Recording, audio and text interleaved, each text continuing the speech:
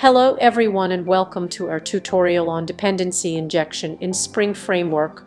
In this video, we will be covering the basics of dependency injection and how it is used in Spring. Firstly, let us understand what is dependency injection.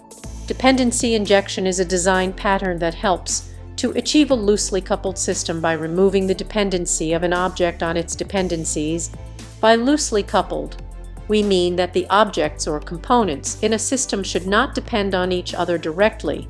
Instead, they should depend on abstractions, which in turn can be injected by an external entity. This external entity is called a dependency injector. In Spring, the dependency injector is the Spring container. Now that we know what dependency injection is, let us move on to how it is used in Spring.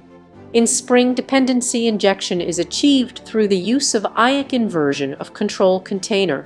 The IAC container manages the creation and destruction of objects as well as their dependencies. It does this by following two main approaches: constructor-based dependency injection and setter-based dependency injection.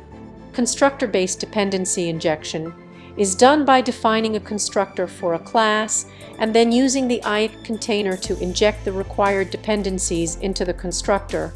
The advantage of this approach is that it ensures that all required dependencies are available to the class before it is used. Here is a sample code snippet that shows how constructor-based dependency injection is done in Spring.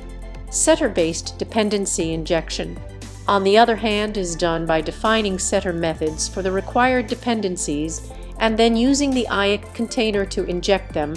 Here is a sample code snippet that shows how setter-based dependency injection is done in Spring.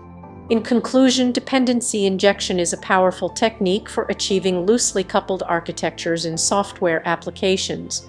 In Spring, this technique is implemented through the use of IAC containers and two approaches: constructor-based dependency injection and setter-based dependency injection. We hope you found this video useful. Thank you for watching. Thanks for watching and happy coding.